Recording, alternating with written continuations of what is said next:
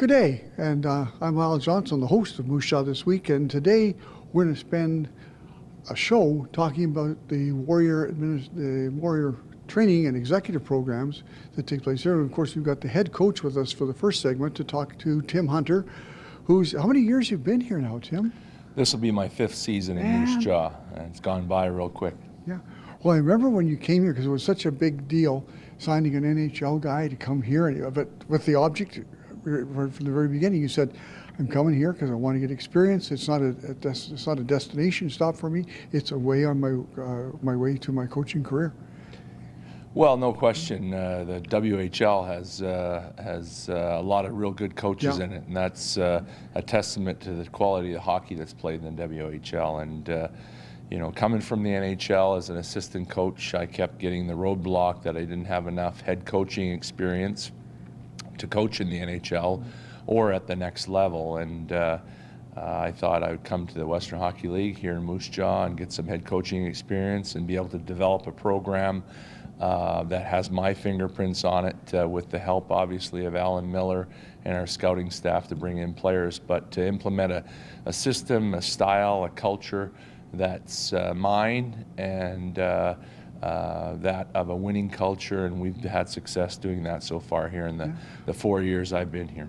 And certainly I was thinking, being a season ticket holder, you watch how things change and grow, and for yourself, you've put your imprint on the team, but you've also had the chance to build from a Braden Point as a 15-year-old kid up to, and finishing off last year with a peak season of seasoned players. They had like 9, 10, 11, 19-year-old players. Well, yeah, you build an organization, and Alan Miller's vision was to rebuild this organization, a draft and develop organization where we would draft and develop our own players, and we've tried to implement a lot of new ways of the way we do that. And that's our development camp in the summer, changing from a prospect camp to a development camp, the way we develop our players off the ice during the season, in the off season, and the way we practice and play. And modern hockey is changing all the time. The game of hockey changes every 3 to 5 years, and it's just going through a change now of puck possession and good smart hockey to a game of speed and puck possession. So to increase the speed of your team, increase the speed of your players, it takes development, a lot of hard work, and that's what we do here. We're looking for the next best way to do things, and at the same time, we're not trying to reinvent the wheel. No, and your players, as you watch your team play, your players are fast, they're smart. I noticed, we talked to you last year when you were coming in, says, well, we got more talent this year, and that was what your comment was compared to the team before. And you've got talent, and you had heart, and skill set was very strong, and your Europeans didn't hurt you at all. They were really successful, and it was a great year for you. Happy that you went as far as you did. I would like to see you go further, as everyone did, but sometimes you're just used all your energy trying to get to that final game, and there was nothing left. Well, we had a great regular season with 109 points and the most victories ever in a regular season by the Moose Jaw Warriors, and everything has to go right to win, and it didn't quite go in the right direction for us in the playoffs. We got a little banged up, but we still learn along the way and learn that we have to compete harder, and we have to develop a team that competes harder, and that's our goal moving forward, to keep pushing this program in the right direction, to try to win that ultimate prize of winning in the playoffs and getting past the second round. And it's always easier said than done, but we have self-evaluate, and there's lots of work to be done, and we're looking forward to that this season with this group of players. Yeah. Well, you've got a lot of opportunity with a lot of new players into the program. That when you graduate that many players out of the system, there's a lot of spots open for people to stand up and prove that they're worthy of being here. And that's part of developing a winning program. You have to develop from within, and we've got a pipeline of young prospects coming up the pipeline that have been in the organization for 1 and 2 years, some 3, and they'll get a chance this year to show that they can play in the WHL and be a full-time WHL player. And we'll give them those opportunities and help them along the way to develop, and that'll help develop this team into a contender, if not this season, and the next and the year after that. Yeah. And of course, you've got the other teams in the league. Boy, playing Western Hockey League last year, the level of compete, each team's, like a lot of teams, sold the farm. You guys didn't do that, but like Swift Current and Regina, and they went whole hog into this. Well, and there's a balance, and we had a pretty well set team most of the season. We made a couple moves during the year to add to players, and some teams made 5, 6, 7, 8 trades to improve their team along the way to compete against us, who were the best team during the regular season. And so be it. Our route was to still have some players in the cupboard and some prospects in the cupboard for years to come, and not drop off the face of the earth by, as you mentioned, selling the farm to be a contender during the season. And we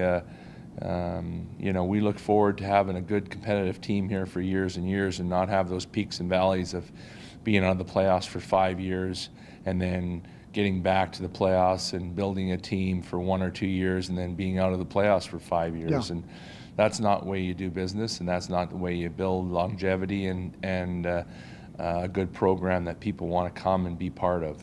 Yeah. Well, let's talk about your other career that's grown, and that's, of course, being a coach with the national program, and a couple of years as assistant coach, and this year as the head coach for the Canadian junior team. I guess we call it under 19s, but we just call it Canadian junior team because that's what we all think of it.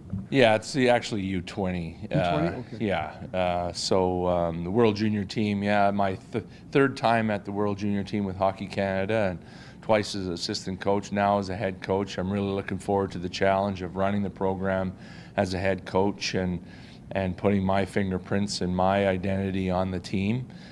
We have a good template in place from the last 2 years that we've had success, and we're going to use a lot of that, but we're not going to be the same kind of team. We're going to look for different ways to have success with the players we have, and it's a lot of work. It's really exciting, and that's what we do as coaches. We look forward to those big moments and being in the bright lights and coaching the teams under pressure. And it's really not pressure for us, because that's what we look for. We want to be in those big games, and I'm looking forward to the challenge. And you get the opportunity to give the kids a chance to be successful.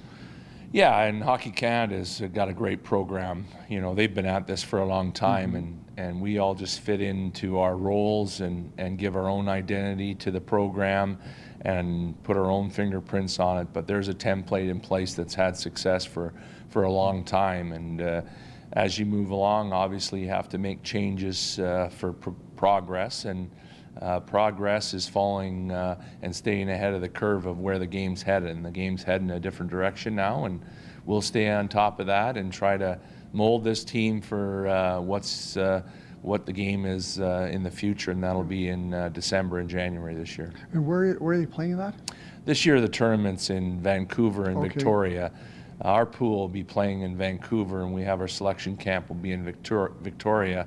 So it'll be Victoria till the 22nd of December. Then we travel to Vancouver. We'll stay there for the remainder of the tournament. It's really exciting to be in Canada and have the tournament in the West, being from Calgary, playing in Calgary and Vancouver. So very familiar with the fan base out there, and looking forward to performing in front of those fans again. Yeah, it's a wonderful opportunity for us to kind of say, there's a little bit of ownership that the fans take of seeing you being part of that team. They are saying, well, we have this coach, and he's our coach, and he's coaching them. So there's an extra added value for us to see you work here and then see you work there. Well, anytime you can represent Canada and coach in Canada it's a great thing. And to represent the Moose Jaw Warriors, obviously, they've never had a coach as assistant coach in the World Junior program, and now they've never had one as a head coach in the World Junior program. So proud of that, and just being able to represent Hockey Canada at the highest level is just a thrill and an honor. Yeah, and we all look forward to your successes with the players. Moose Jaw kids, How are they looking for that? You've got this wonderful talent pool of people across the country, but you've also got some very talented people here. Well, when you look, we invited 40 of the top junior eligible players in Canada to our camp in Kamloops, and 3 of them were invited from the Moose Jaw Warriors. So, again, another great moment for the Moose Jaw Warriors. And Josh Brook, Justin Almeida, and Jet Wu will all have a chance to perform early in the year and show if they can get invited back to the selection camp. Part of that evaluation will be the Canada-Russia series, which is in Kamloops and Vancouver in the West. So they'll get to perform in that series, and shortly after that we'll name the selection camp for Victoria. Josh Brook is a really budding star in the Western Hockey League. He'll have a real good year this year as a 19-year-old for us. And the same with Justin Almeida, having 98 points last year. We look to him to lead our offense this year and be a real catalyst 5-on-5 and on the power play. And then Jet Wu, another emerging star in the Western Hockey League with lots of skill, a real good defender, a guy that can add offense, and a bit of a throwback defenseman, which is always fun to see. Well, Jim, thanks for taking time out of your schedule, because I know it's a busy time making selections. You got a big game coming up, a couple of weekends worth of home and homes with people, but looking forward to a good, entertaining season and great success for you during the year. So My pleasure. Thank you. Thank you very much. So that's first half of our segment and show about Moose Jaw Warriors hockey, and when we come back, we'll be talking to the general manager, Alan Miller. So don't go away.